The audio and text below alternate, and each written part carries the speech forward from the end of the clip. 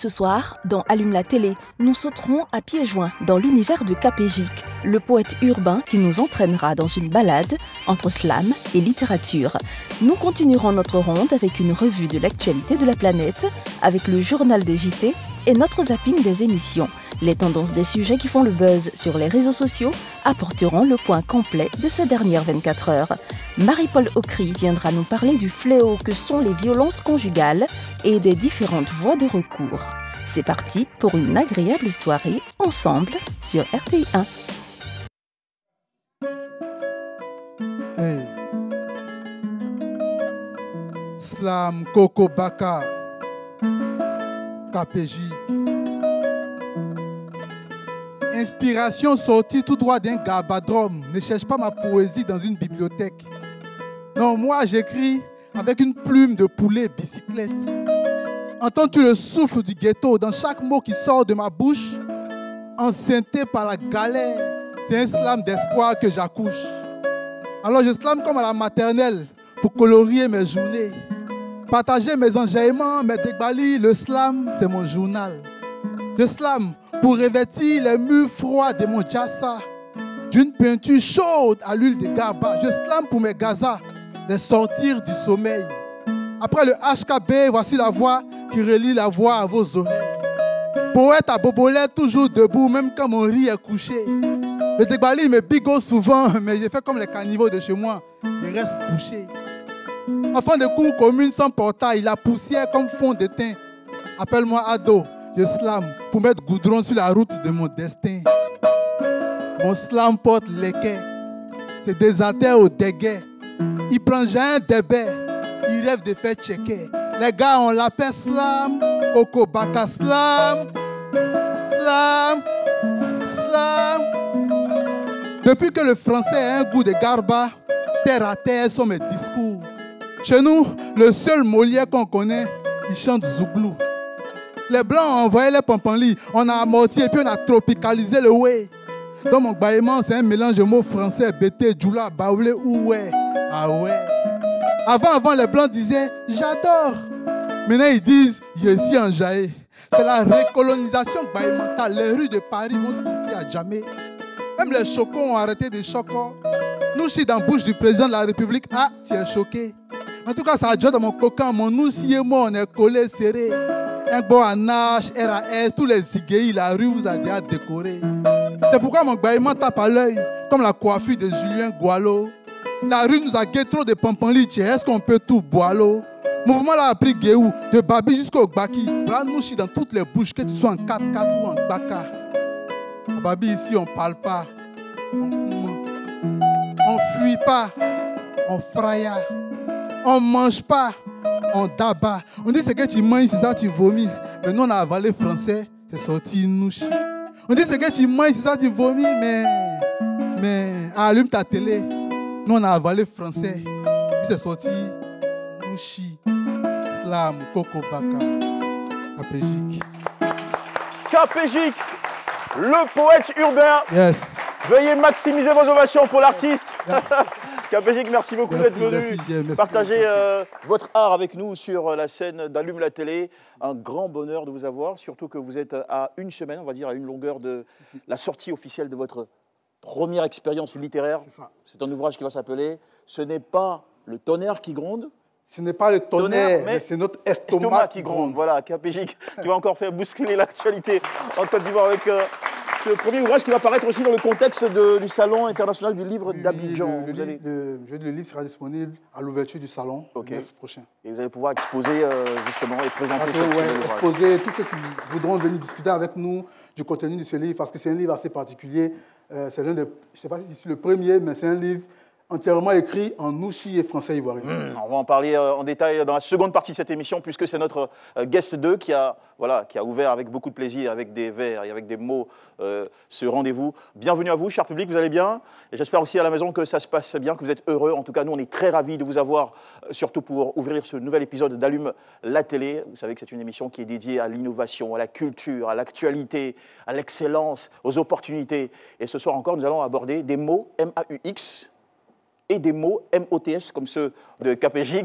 Voilà, avant le mélange des genres, Mesdames et messieurs, nous allons tout de suite vous proposer un mélange d'informations. Donc l'actualité préparée par Fatim Camara. C'est le journal des JT pour vous souhaiter ici la bienvenue en mode Coco Baka. Toujours. Bonsoir, merci de suivre notre journal des JT de ce mercredi 3 mai 2023.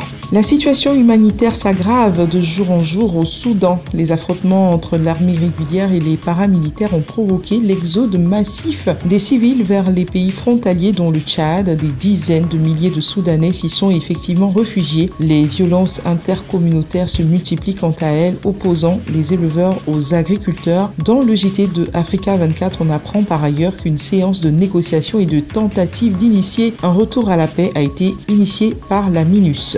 3 jours après son voyage apostolique en Hongrie, le pape François présent à une assemblée générale ce matin au Vatican. Des images de Vatican News montrent ce jour une assemblée générale qui a refusé du monde.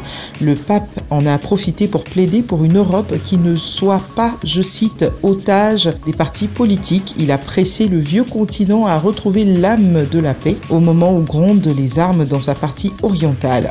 Bien dit, pape François. On savait qu'on pouvait compter sur vous.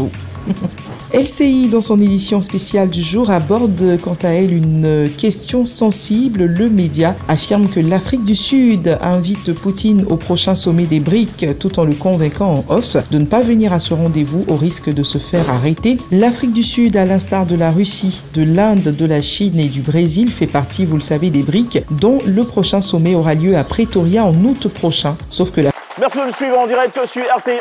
Allume la télé. Le plaisir de vous retrouver juste après la pause commerciale. La suite du radar. Qui savait, le Twitter. Bien sûr, c'est un réseau qu'il ne fallait pas du tout manquer. Sur Twitter, avant de recevoir notre guest, je vous informe que le numéro 3, c'est un accord de partenariat politique. Le FPI et le RHDP ont officiellement signé un accord. Donc, c'était ce 2 mai 2023, donc qui se classe en troisième. Le numéro 2, la FECI, alors que la Fédération a lancé un mot d'ordre de grève illimité pour la résolution de l'ensemble des problèmes et dysfonctionnements au sein des universités. Un conseil syndical d'urgence a eu lieu ce jour à l'université Félix Houphouët-Boigny. Et puis, le sujet du jour, le sujet le plus populaire sur le Twitter ivoirien, ce sont les élections locales 2023 ou 2023, avec le mercato politique qui fait toujours jaser. Les candidats à la municipale de Cocody sont toujours mis en lumière. On finit sur un insolite, celui-là, ce petit exercice en anglais. Si tu arrives à traduire au moins 8 de ces 10 mots, alors il n'y a pas à dire, t'es vraiment au top. Tiens-toi prêt, c'est parti. Yeah. On commence facile. Que signifie a dog? Wow, wow. Wow, wow, C'est un chien. Yes. Que signifie le mot road? We are the road. Les C'est la enfants. route. Comment traduis-tu a bed? Les blédards. Ceux qui vivent au pays. C'est un lit. Niveau légende, que signifie a eggplant? Pied d'éléphant. C'est une aubergine. Allez, beaucoup plus sérieux maintenant dans cette émission. Les derniers jours, en Côte d'Ivoire ont été marqués, parlant de l'actualité sociale et digitale, par des vidéos qui ont fait surface et polémiques aussi, qui ont créé le débat, mettant en scène des jeunes dames.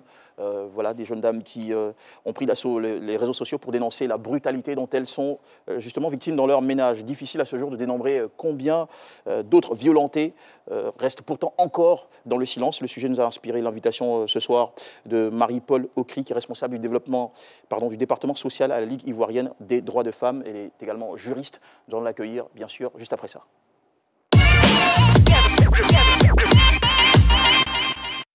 Notre invité qui nous rejoint sur le plateau d'Allume la télé, Marie-Paul Ocry. Bonsoir et bienvenue. Merci beaucoup Marie-Paul Ocry, bienvenue sur le plateau d'ALT. Merci.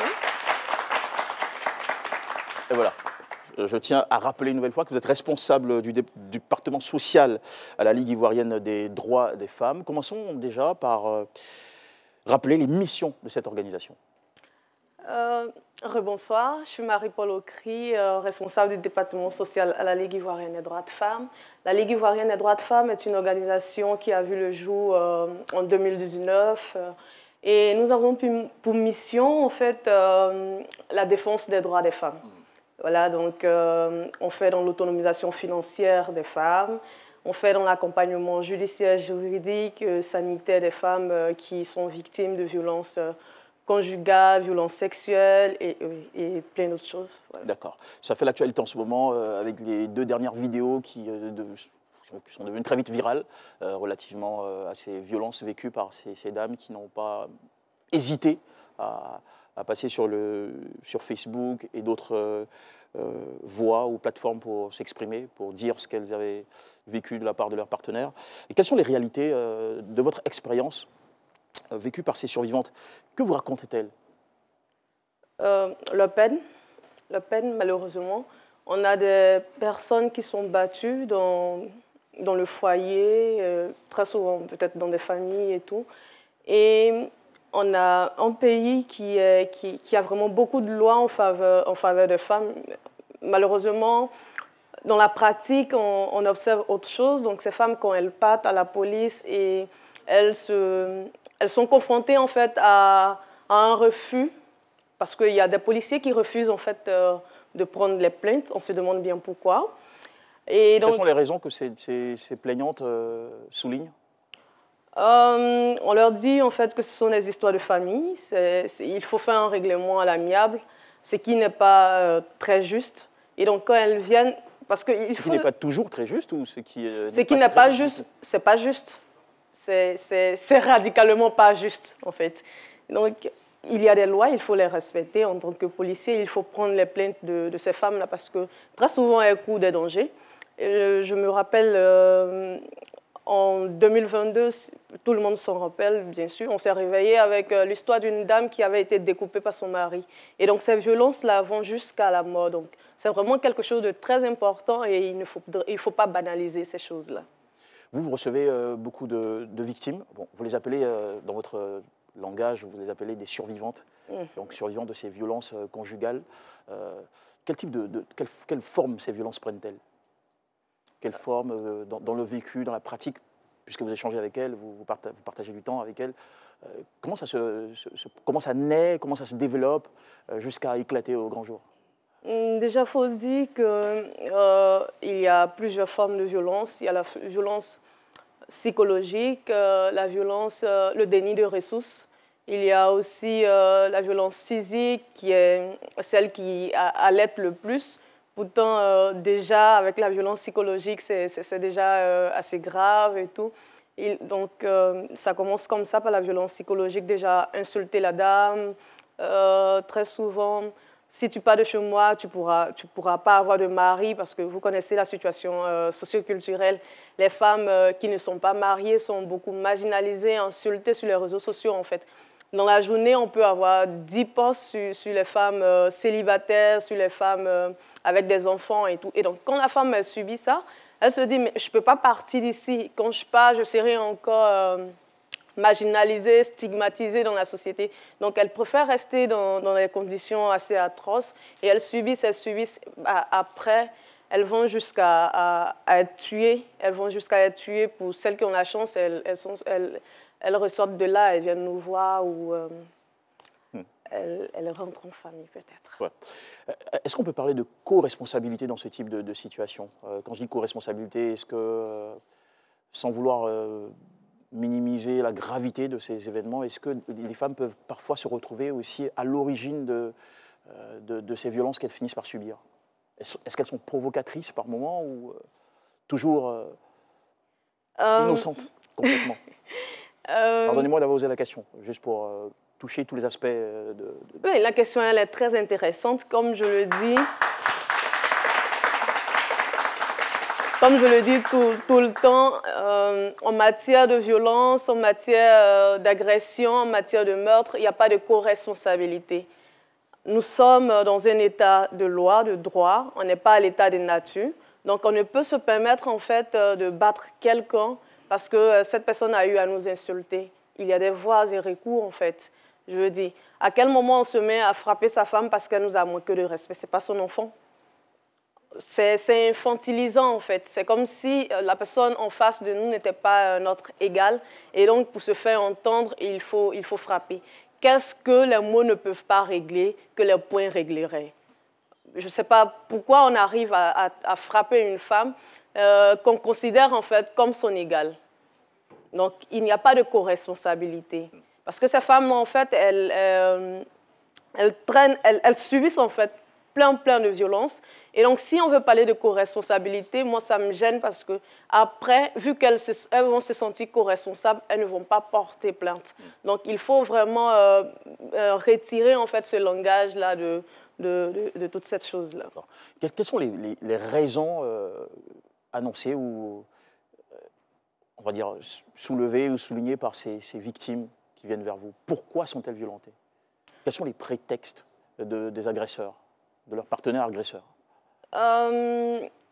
Déjà, c'est multifactoriel. On a déjà le système social, politique. Quand je parle de politique, je parle de comment la société est régie, aussi l'aspect économique et tout. Donc, on a des personnes qui voient leurs conjointes, en fait, puisque ce sont les femmes qui sont beaucoup plus violentées, comme des êtres, comme des sous-êtres, en fait. Parce que très souvent, ils vont brandir, en fait, la soumission et autres. Quand je parle, une femme ne doit pas parler. Et il y a des personnes qui ont dans leur conscience collective qu'en face d'eux, ils ont une personne qui n'a pas le droit, en fait, de donner son avis, qui n'a pas le droit de parler. La réplique. Voilà, pas forcément de réplique, mais même un avis contraire, en fait. Et donc, lorsqu'on se retrouve dans ce genre de schéma, on a des personnes qui deviennent violentes et qui disent que c'est pas cette violence-là qu'ils peuvent se faire comprendre. On a aussi un complexe au niveau des hommes qui, pour eux, toute femme qui arrive, par exemple, à étayer ses idées ou à dire ce qui ne va pas et autres, est pour eux quelqu'un qu'il faut brimer ou qu'il faut frapper. Et donc, il y a tout ça, c'est-à-dire les conditions socio-culturelles, en fait, les pesanteurs socio-culturelles, puisque la femme a toujours été éduquée, en fait, comme celle qui ne doit pas parler, celle qui ne doit rien dire, et l'homme a été éduqué comme celui qui doit avoir le dernier mot et tout. Donc, c'est vraiment toute une éducation sociétale qu'il faut vraiment revoir. Il faut changer le paradigme, on va dire. Oui. D'accord. Quelles sont les causes les plus prononcées de ces violences conjugales aujourd'hui? Il y en a plusieurs, vous avez cité quelques-unes. Est-ce que, d'après les statistiques que vous avez, d'après l'expérience terrain dont vous jouissez, est-ce que vous avez une idée des causes les plus récurrentes de violences conjugales? Ça me fait sourire parce que très souvent, les femmes qui viennent nous voir, c'est parce que le mari, il est infidèle. Et quand elles essaient de parler, après, ça devient une violence vraiment inutile, malheureusement. Et donc, on a un monsieur en face qui ne respecte pas son mariage et qui, après, devient inutilement violent. D'accord, qui ne supporte pas qu'on lui présente ses infidélités. Oui. Ou des preuves de son infidélité. D'accord, c'est bien compris. Alors, que préconise la loi aujourd'hui en la matière? Déjà, la Côte d'Ivoire, c'est l'un des pays qui a beaucoup de lois en faveur des femmes, surtout dans la protection des femmes contre les VBG et tout. Violences basées sur le genre? Oui. En 2021, on a eu une loi relative aux mesures de protection donc des femmes dans ces situations-là. Elles peuvent écrire une requête au président du tribunal ou au procureur et qui... sans passer par la police? Sans passer par le... Oui, Oui. Okay, malheureusement, ça, ce n'est pas vraiment connu par ces femmes-là. Donc, il faut faire des activités de sensibilisation comme ce que la Ligue fait et tout. Il faut beaucoup travailler là-dessus. Il y a le ministère de la Solidarité qui avait fait une activité avec... l'aAssociation des femmes juristes, que je salue au passage, ils avaient eu à travailler ensemble et à faire des activités de vulgarisation en fait, de cette loi. Et ces choses-là doivent continuer. À la Ligue, nous, on le fait et tout. Donc, elles peuvent passer par le tribunal directement. Et vu qu'elles sont en situation de danger, parce que ces femmes-là sont battues et très souvent, elles meurent parce qu'il faut savoir que...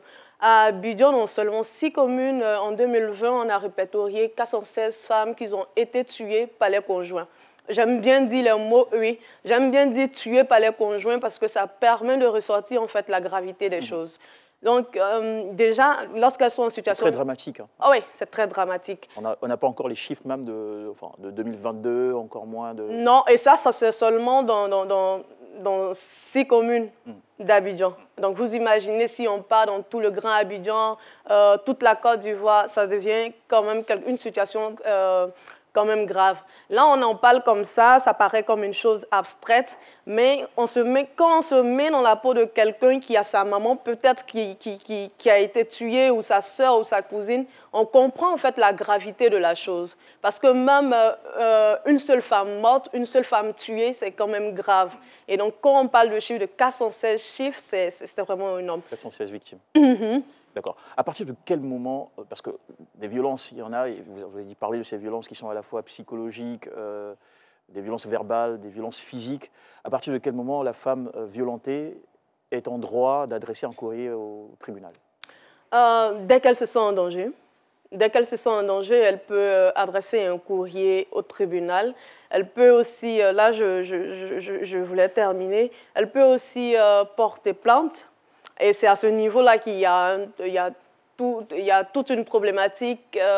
Toutes les femmes qui sont venues nous voir, c'est-à-dire elles savaient la démarche à suivre, sauf la requête adressée au président du tribunal. Ça, ce n'est pas vraiment connu. Mais la plainte à la police, au commissariat et tout... C'est le classique. Oui. Toutes ces femmes qui sont venues nous voir à la Ligue, elles savaient cette démarche-là. Elles ont eu à porter plainte. Elles ont essayé plutôt de porter plainte. Et quand elles sont allées, elles ont été chassées. Je dis bien chassées. Vous voulez dire renvoyées vers leur... Je dis elles ont renvoyées été... vers la maison, en fait. Ah oui. Pas chassées improprement. C'est comme si... Vous voulez dire que les policiers leur ont demandé de retourner régler l'affaire à l'amiable? Très souvent, il y a un mauvais accueil. D'accord. Il y a un très mauvais accueil. Ah, c'est une affaire de famille, allez régler ça. Ben, c'est comme si vous chassez, en fait, la femme qui est venue porter plainte. Elle sait que c'est une affaire de famille, bien sûr. C'est son mari, elle sait que c'est sa famille. Donc, on ne prend pas le temps de les écouter? On ne prend pas le temps de les écouter parce qu'il y a une réelle banalisation de tout ce qui touche à la femme. Il y a une réelle banalisation. On se dit que c'est dans le cadre familial, donc elles peuvent régler. Mais après, on réalise qu'il y a des mottes, en fait. Donc, il faut vraiment prendre en compte ces femmes-là qui viennent porter plainte, qui viennent, en fait, chercher, comment on appelle, un soutien, qui viennent... Du secours. Voilà, du secours, en fait. Parce que quand une femme arrive au stade où elle part à la police, c'est que c'est vraiment grave. Parce que très souvent, elles ne portent pas plainte. Elles subissent, elles subissent, elles subissent. Et c'est après, lorsqu'elles sentent qu'elles sont en danger, qu'elles partent porter plainte. Parce qu'on sait, nous sommes en Afrique et très souvent, le règlement à l'amiable est vraiment préconisé. Je ne sais pas d'où ça vient, mais c'est comme ça. Donc, ça vient peut-être du temps de l'arbre à palabres, d'autres cultures. Ouais, c'est ancré. Oui, mais ça, c'est seulement quand ça concerne les femmes. pas toujours, je pense. Hein. Ah oui, bien sûr, en fait. Le monsieur, quand sa femme le rend cocu et tout, il sait en fait que ça, c'est quelque chose de très grave. Et donc, il n'y a pas de règlement à l'amiable. Mais quand c'est la femme qui subit un tort, là, il y a règlement à l'amiable. Donc, c'est tout ce qui touche à la femme, en fait, qui est banalisé. D'accord, on respecte votre avis. Alors, vous avez, pour ce faire, lancé un hashtag qui est recevez nos plaintes. Oui, hashtag recevez nos plaintes parce que les femmes vont porter plainte. Elles sont mal accueillies, il y a le fait qu'on les renvoie à la maison et tout.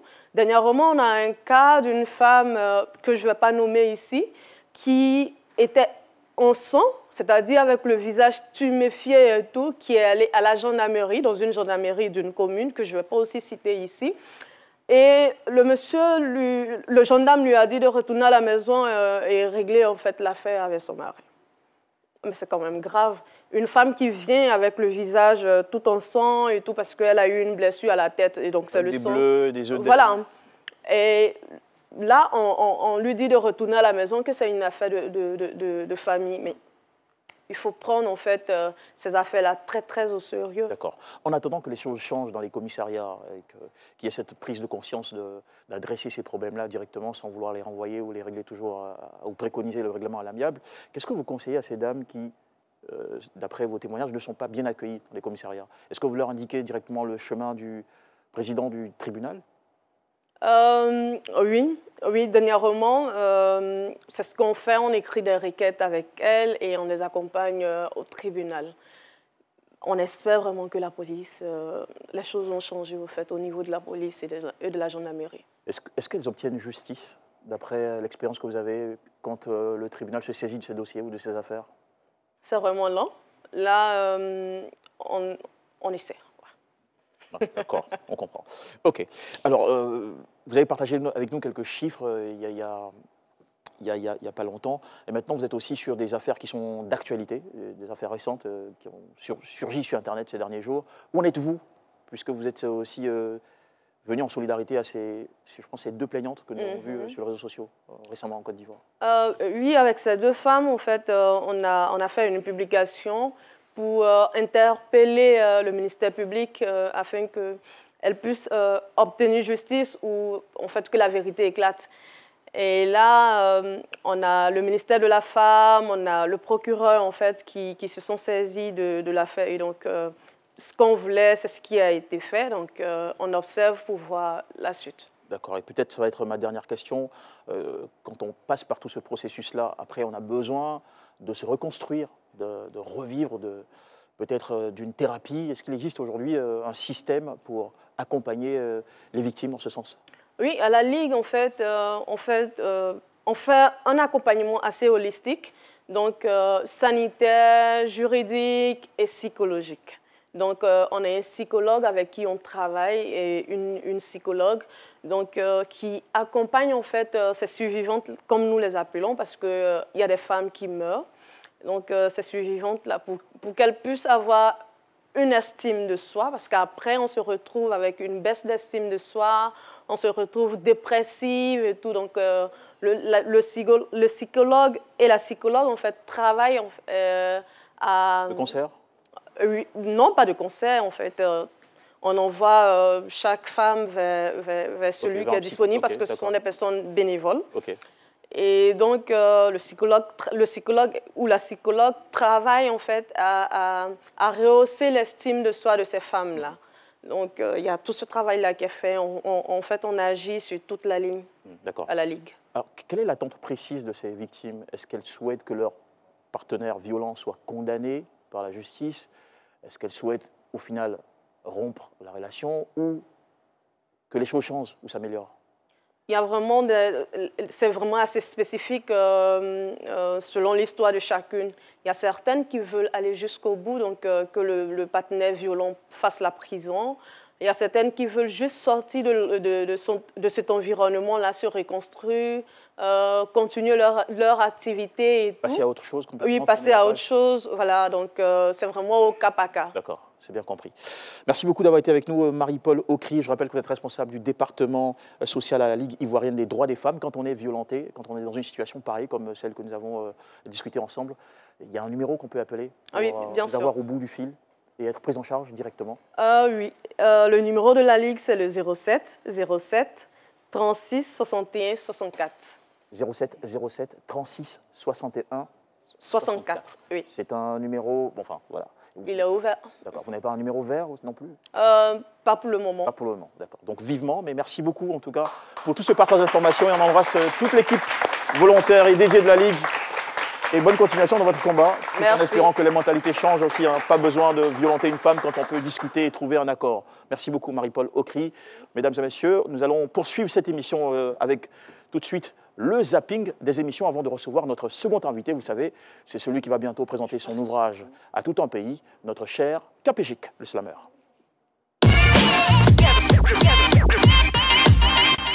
Pour être honnête, évidemment, personne n'a de boule de cristal et ne sait quelle va être l'issue politique.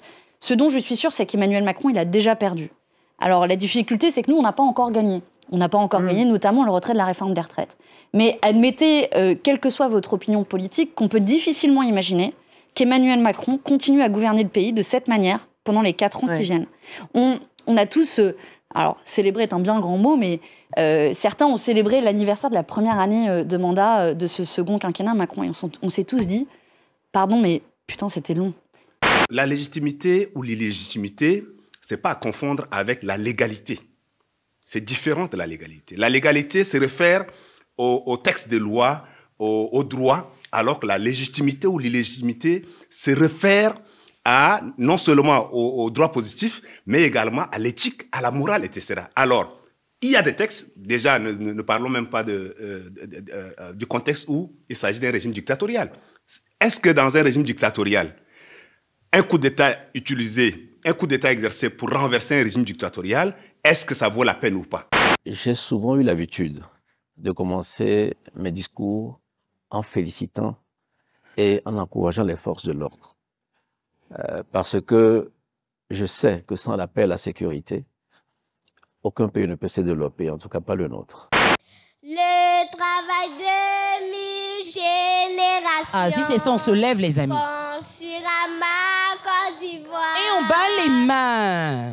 Elle paraîtra devant les nations, dans tout l'éclat de sa gloire. Telle est son unique destinée, puisque brave et fier, mes aïeux sont morts pour la défendre, et moi je vivrai pour l'aimer. Si tu aimes la Côte d'Ivoire, tu fais du bruit.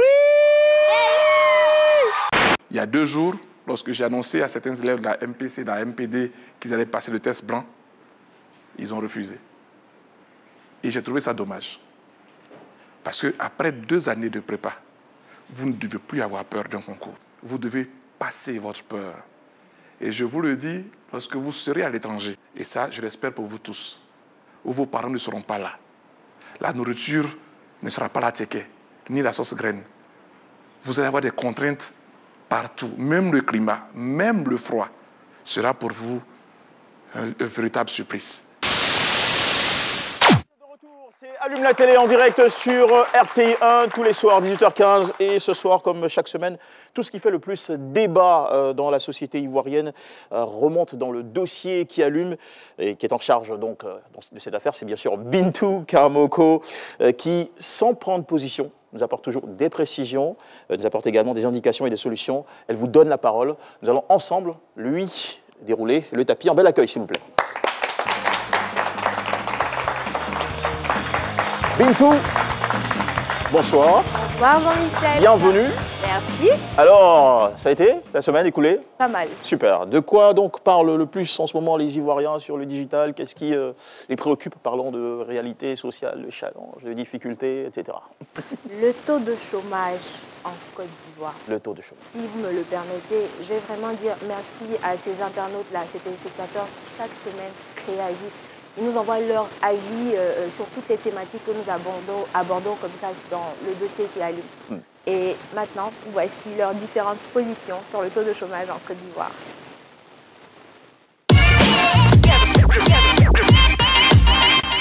La problématique de l'emploi en Côte d'Ivoire est une réalité. Elle est due essentiellement au fait qu'il y a certaines disciplines, notamment certaines filières qui sont saturées.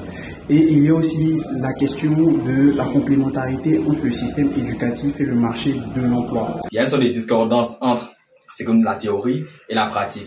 Et l'État, dans ses projets, n'inclut pas en fait une mesure qui va permettre en fait, aux étudiants d'apprendre non seulement la théorie, mais aussi la pratique.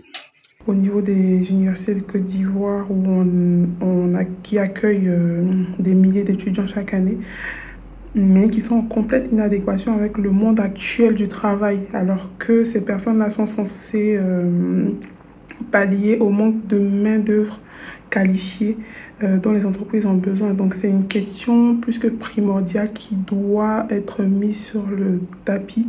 Plutôt que de s'apitoyer, on gagnerait peut-être à trouver des solutions, notamment avec l'État, en développant des techniques palliatives telles que l'alternance, qui pourrait permettre, dans un premier temps, aux étudiants de pouvoir se frotter en fait avec le milieu de l'emploi, tout en développant des connaissances pratiques, les rendant un peu plus attractifs en fait pour les entreprises lorsqu'ils finiront bien entendu leurs études.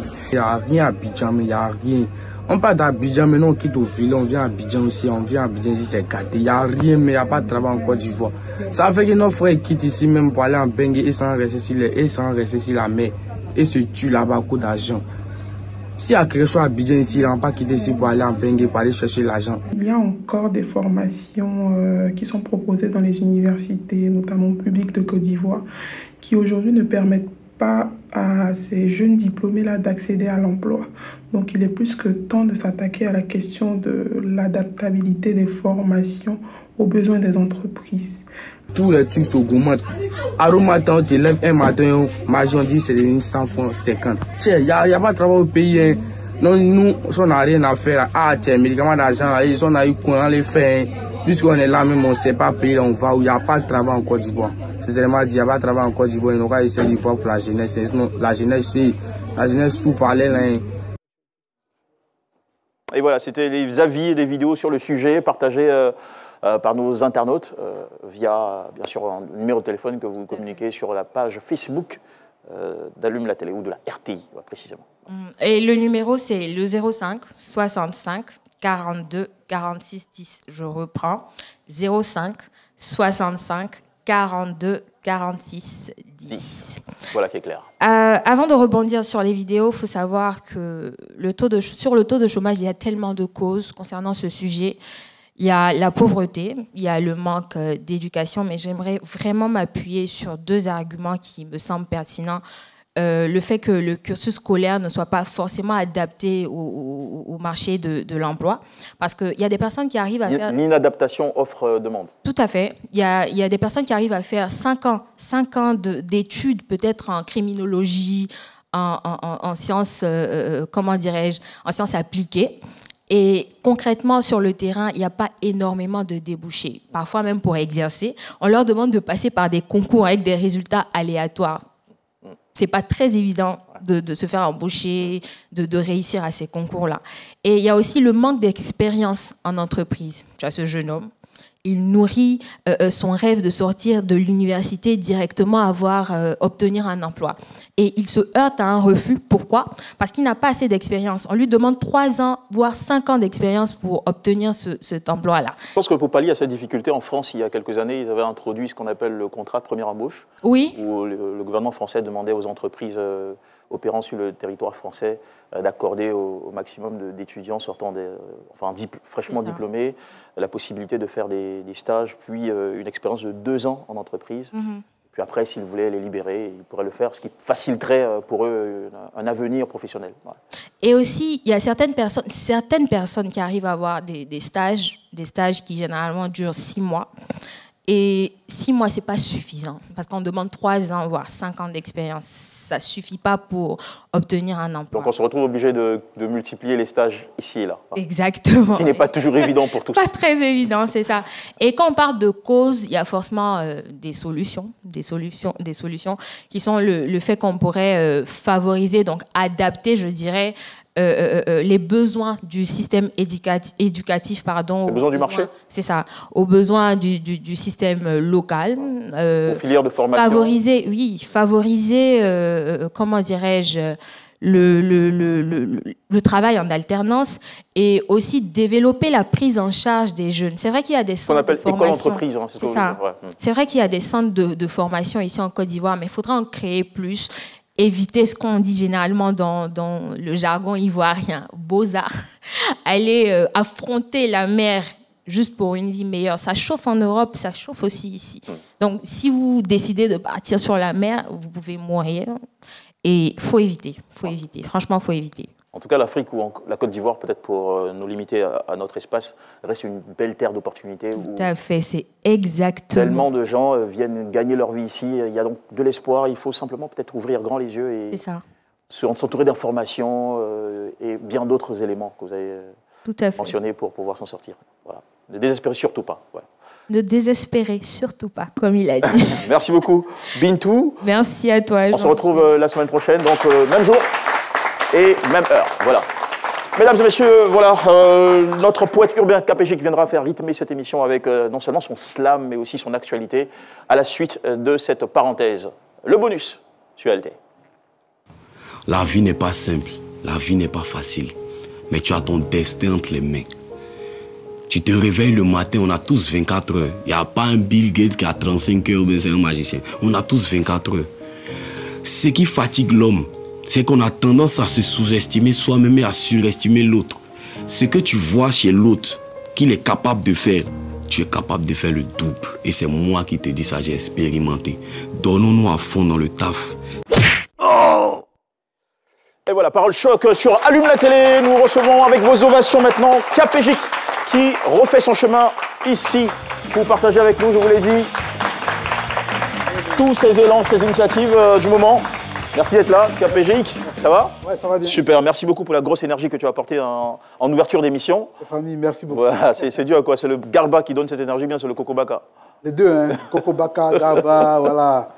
C'est Abidjan, c'est la Côte d'Ivoire. KPGIC qui est professeur de français, oui. Au-delà du statut de slammer, professeur de français des lycées et collèges. Oui. Donc, star dans son école, j'imagine.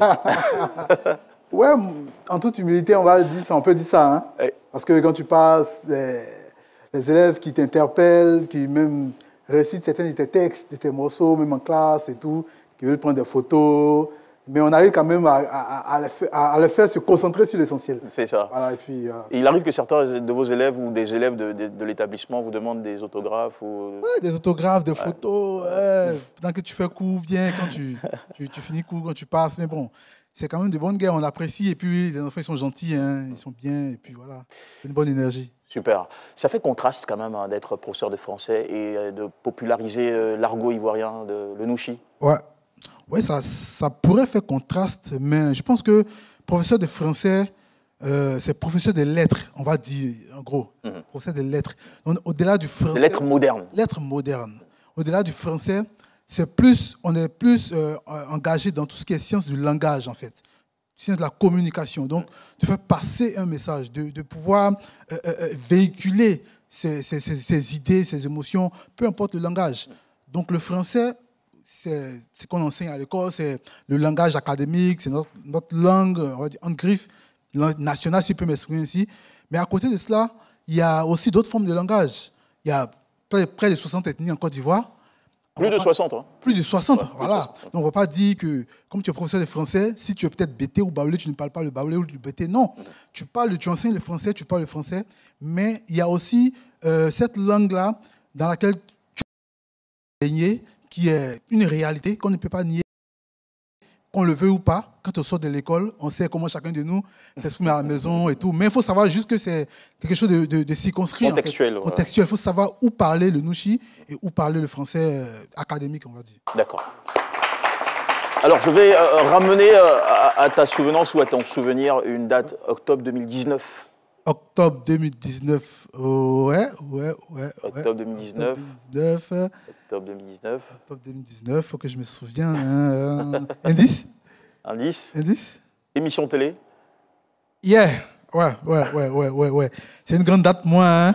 Ouais, c'est une grande date, moi, parce que en octobre 2019, le grand frère, mentor Marcelin Govoy, me donnait la chance d'être... Excellent animateur et présentateur sur RTI 1. Franchement, je le salue, c'était un très grand monsieur. Me donnait la chance d'être chroniqueur sur une émission, ici même dans ce studio. Et c'était vraiment une expérience, au début, que je redoutais, mais qui a été une formidable expérience. Pendant 2 ans, j'ai côtoyé des gens de la maison, j'ai côtoyé ces studios. C'était une grande famille et franchement, grand souvenir. Merci à la RTI, merci à ce studio, merci à tout le monde. Et puis voilà, c'était franchement une belle expérience. Chroniqueur à Matin Bonheur, le JT Slamé. Et puis voilà, c'était vraiment formidable. Le JT Slamé, c'était une première. Hein. On n'avait jamais vu un tel exercice comme ça en télévision. Une première, oui, Marcelin m'a appelé, m'a dit petit, j'ai un truc pour toi, j'ai un concept. Viens, tu fais tous les vendredis, tu fais le JT, tu fais l'actualité en slam. Il dit waouh!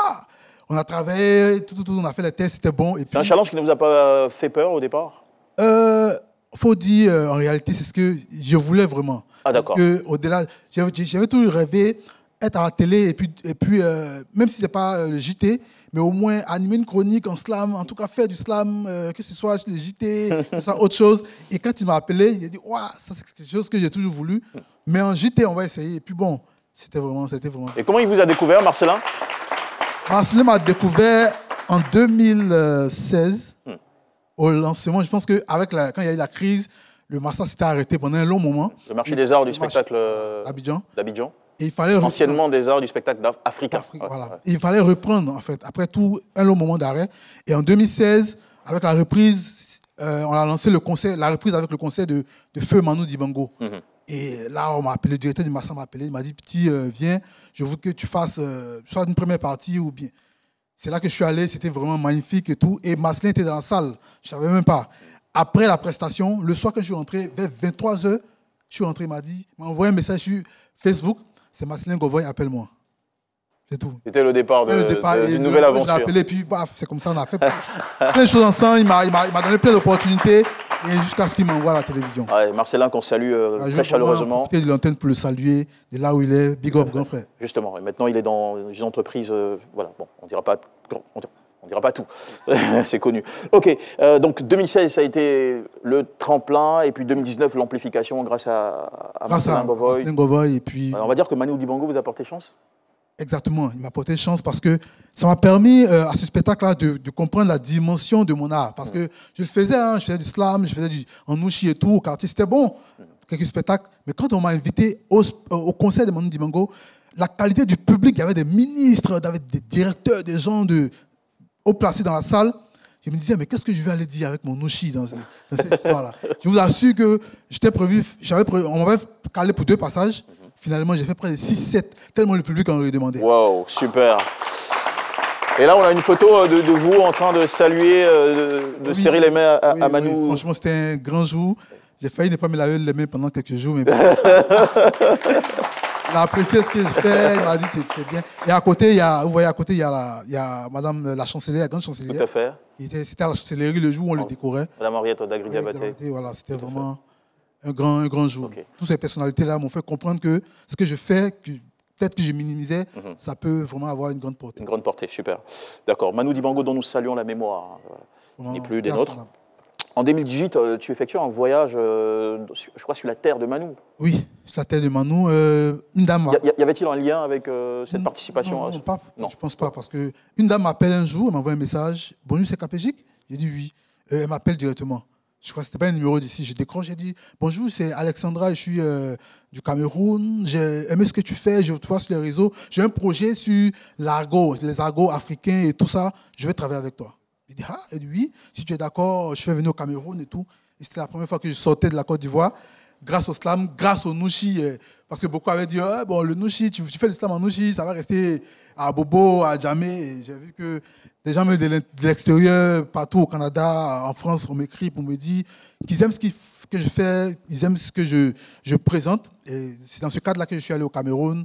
On a fait une belle expérience, un beau projet, franchement, qui a fait vraiment du bruit même au Cameroun et tout. Super. Aujourd'hui, tu es membre du collectif Au nom du slam. Et le slam en Côte d'Ivoire, le slam ivoirien s'exporte très bien. Très bien. Il y a énormément de voyages. Amé, toi et bien d'autres, Naoulou. Vous voyagez à travers le continent africain et même jusqu'en Europe. Vous êtes demandé. Nous, on est très fiers, franchement. Bravo. C'est grâce à vous aussi pour le soutien. Merci beaucoup. Je vous en prie. Alors, tu vas franchir un autre cap bientôt. Dans une semaine va paraître ton ouvrage. C'est un conte urbain, c'est comme ça que ça s'appelle. Un conte citadin. Un conte citadin, autrement. Un conte citadin intitulé, et moi j'aime bien le titre, ce n'est pas le tonnerre, mais notre estomac qui gronde. Ouais. Ce titre-là m'a été inspiré par... C'est une phrase, une punchline, comme on l'appelle, de Oli de Garba 50. C'est dans un de leurs morceaux où il a sorti le titre, il a sorti cette phrase-là. Ça m'a tellement plu que... Quand il dit ce n'est pas le tonnerre, mais notre estomac qui gronde. C'est dit, quand le tonnerre gronde, ça fait du bruit. Et quand tu es près de lui, tu entends un bruit, tu penses que c'est le tonnerre. Non, c'est parce qu'il a faim, en fait. Et son estomac fait du bruit, et c'est l'intensité de sa faim, en fait. Et ce conte citadin-là raconte l'histoire d'un petit personnage, sans spolier, sans vraiment entrer dans les détails. Mais le personnage, c'est un élève qui va vivre beaucoup de difficultés sur le parcours, son parcours, sur son destin, son itinéraire de vie. Il va vivre beaucoup de difficultés. Est-ce qu'il va abandonner les études ou est-ce qu'il va arriver au bout? Il faudra le lire pour tout savoir. Voilà. En tout cas, là, ça renforce ou consolide encore cette position, ce statut de chroniqueur de la société que vous êtes aussi en tant que slammer. D'accord. Donc, on va vous retrouver au Salon international du livre d'Abidjan à partir de... À partir du 9, au stand de ma maison d'édition, la Case des Lucioles. D'accord. Case des Lucioles, venez. Il y aura moi, il y aura Placide, il y aura Alain Serge. On expose sur le même stand. Vous venez, on discute, vous prendrez vos livres, on signera des dédicaces et tout ça. On essaiera de comprendre un peu le contenu du livre, comme j'ai dit tout à l'heure. C'est un livre écrit dans ma ligne éditoriale, en nouchi, en français ivoirien, pour rester collé vraiment à ma ligne, en fait. Tout à fait, à la vibe, pour parler un peu comme les jeunes le disent. Ok, super. Et la dernière signature de cette émission, ça va être une signature, on va dire pas littéraire, mais musicale, toujours avec toi. On va rappeler cette magnifique Korafola qui t'a accompagné. Elle s'appelle comment? Narcille. Narsil, will you come, please? Come up, Narsil. Narsil, tu es où? Faites entrer Narsil, s'il vous plaît. Narsil, qu'on va applaudir. Et avec Narsil, tu vas nous proposer, on va dire, avec une sonorité différente. Donc, notre couleur. Avec notre couleur. Comme à Salfo. Comme à Salfo, qui est un titre, mon dernier single en date, le clip est sur YouTube et tout, qui est un titre hommage à toutes ces personnes qui traversent des difficultés, mais qui ont des grands rêves. Pour leur dire un peu, comme à Salfo, on voit où il a commencé, aujourd'hui c'est qui il est devenu. Donc comme à Salfo, nous aussi qui venons d'en bas, on peut devenir, on peut atteindre ce stade, ce niveau-là. Ouais. Comme on le disait tout à l'heure avec Marie-Paul Okri, avec Bintou, il n'y a pas à désespérer, il y a de l'espoir. Hein, l'espoir toujours. Les circonstances ou le type de famille d'où on vient, on peut réussir, on peut avoir un futur rayonnant. Bravo, merci beaucoup KPGIC pour la contribution. Merci à toi, merci à l'équipe de l'invitation. Et puis on est ensemble. Super. Allez, on va donc te permettre de t'installer, de te positionner. Et vous remercier aussi à la maison, mesdames et messieurs, de nous avoir suivis. Merci le public, vous pouvez vous applaudir très fort avant d'applaudir KPGIC dans un moment, en fin d'émission. Et on revient demain à 18h15 pour un autre numéro d'Allume-la. Bonne soirée, je vous laisse en compagnie de KPGIC. Ton avenir est tracé depuis le berceau. Ils t'ont dit tu vas pas réussir, dis-leur c'est faux. T'es pas bête, tu as un talent, tu as un cerveau. Des zéros, tu peux être héros comme à Salfo. Comme à Salfo, comme à Salfo. Comme à Salfo, tu peux être comme à Salfo. Comme à Salfo, comme à Salfo. Des zéros, tu peux être héros comme à Salfo. Tous les jours que Dieu fait, tu pleures, ta vie t'énerve. Ta réalité est loin d'être ce dont tu rêves. Tes parents n'ont pas les moyens de payer tes études. Pour manger même c'est bizarre, je vois c'est dur. L'eau sale, caniveau bouché, quartier précaire, toujours piqué, donc c'est pas toi que l'ego préfère. T'as pas demandé à naître dans cette famille moisie. La galère a fait son casting et puis t'as choisi. Donc toi-même tu as fait ton procès, condamné à l'échec, convaincu que c'est impossible de toucher des